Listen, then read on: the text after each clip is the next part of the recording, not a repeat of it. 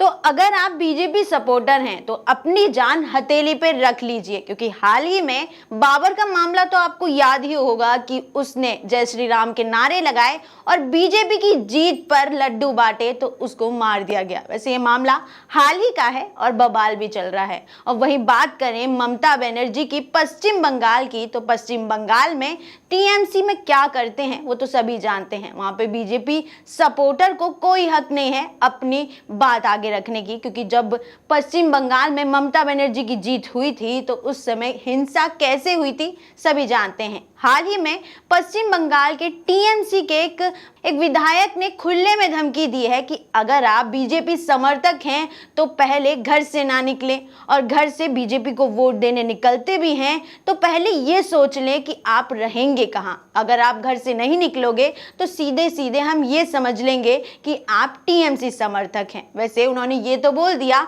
कि आप रहेंगे कहां। वैसे उनका सीधा सीधा इससे यही मतलब था कि वो रहेंगे कहां, क्योंकि बंगाल में उन्हें जगह तो मिलेगी नहीं बीजेपी को वोट देने के बाद। और ये बात तो 2020 में ममता दीदी के जीतने के बाद सामने भी आ गई थी, क्योंकि बीजेपी के कार्यकर्ताओं को पश्चिम बंगाल छोड़कर जाने पर मजबूर होना ही पड़ा था। कई लोग असम में शिफ्ट भी हो गए थे, वो चीजें देखी गई थी उस समय। लेकिन अगर हाल ही में बात करें तो ये धमकी दी है टीएमसी के विधायक नरेंद्र नाथ चक्रवर्ती ने। उनका वीडियो देख लेते हैं कि आखिर उन्होंने कहा क्या है।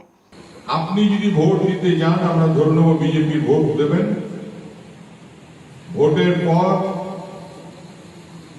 আপনি কোথায় থাকবেন সেটা আপনার নিজের ইচ্ছে। আর যদি ভোট দিতে না যান আমরা ধরে নেব আপনি আমাদের সমর্থন করছেন, আপনি ভালোভাবে থাকুন, ব্যবসা করুন, বাণিজ্য করুন, চাকরি করুন, আমরা আপনার সঙ্গে আছি। ক্লিয়ার? तो टीएमसी के विधायक का कहना है कि अगर आप घर से निकलते हैं बीजेपी को वोट देने तो ना निकले, क्योंकि अगर आप निकलोगे तो पहले ये सोच लेना कि आखिर वोट देने के बाद आप पश्चिम बंगाल की जगह कहां रहोगे। वहीं अगर घर से नहीं निकलते तो हम ये सोच लेंगे आप हमारे पार्टी के समर्थक हैं। वैसे ये वीडियो वायरल होने के बाद बीजेपी के नेता जितेंद्र तिवारी ने उनको मुंह तोड़ जवाब दिया है। तो चलिए पहले उनका जवाब भी सुन लेते हैं, फिर आगे की बात करेंगे। না, তার মানে একটা জিনিস উনি বুঝেছেন যে বিজেপি লোকেরা যদি ভোট দেওয়ার সুযোগ পায় তাহলে ওনারা হারবেন, এটা উনি বুঝেছেন।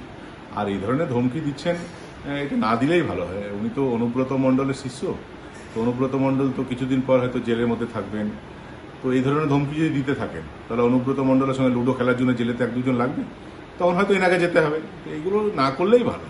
तो देखा आपने, जितेंद्र तिवारी ने अपने तौर पे टीएमसी के विधायक को अच्छा मुंह तोड़ जवाब दे दिया। लेकिन अगर पश्चिम बंगाल की बात करें तो पश्चिम बंगाल में बीजेपी सपोर्टर होना कोई क्राइम से कम नहीं है, क्योंकि मौत की सजा पहले ही सुनाई जा चुकी होती है। वहीं बात करें कि मौत की सजा किस किस को हो गई है, वो 2020 में कई बीजेपी के कार्यकर्ताओं पर भारी पड़ी थी। कई बीजेपी कार्यकर्ताओं को मौत की सजा सुनाई गई थी, उनके घर जलाए गए थे, उनकी महिलाओं के साथ यहां तक कि रेप भी किया गया था, जिसको लेकर अभी तक कोई भी जांच नहीं हुई है, ना ही कोई आगे की कार्यवाही की गई, क्योंकि ममता सरकार में ऐसा ही होता है। वैसे अगर ममता दीदी की बात करें तो ममता दीदी शायद ये चाहती हैं जैसे बांग्लादेश को बंगाल से अलग किया गया, वैसे ही ये जो बंगाल है उसे भारत से अलग कर दिया जाए। वैसे अगर ममता दीदी अगर आप ऐसा सोच भी रहे हैं तो ऐसा होना बहुत मुश्किल है, क्योंकि देश में मोदी सरकार है और कोई भी सरकार हो, मोदी सरकार के अलावा वो ऐसा नहीं चाहेगी कि देश में